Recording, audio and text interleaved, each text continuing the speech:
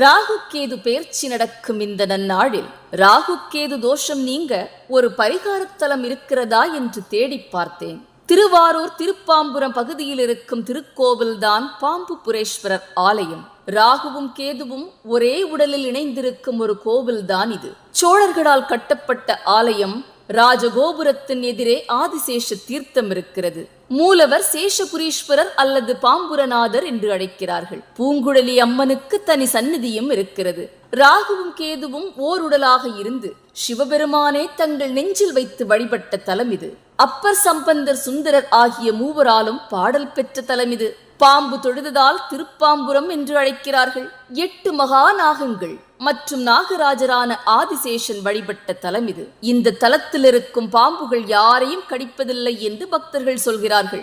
யோக நிலையில் இருந்த சிவபெருமானின் கழுத்தில் அணிகலனாக இருப்பதுதான் நாகப்பாம்பு. ஒரு